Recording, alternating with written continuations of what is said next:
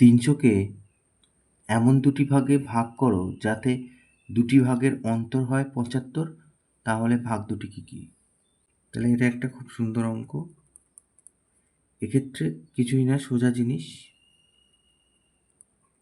প্রথমে আমরা 300কে ভাগ করবো 2 দিয়ে, পাওয়া যাবে 150। তারপরে করব 75কে 2 দিয়ে ভাগ, তাহলে 37 দুগুণে 74, এই যে 37.5। এবার কি করব? প্রথমে লিখব প্রথম ভাগ,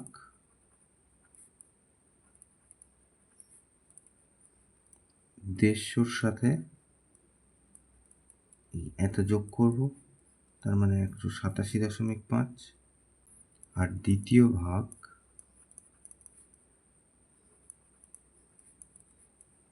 দেড়শো থেকে 37.5 বিয়োগ করব। 5 ঘর হাতে 1, একসাথে 8, 2 ঘর হাতে 1 4, এই যে 112.5।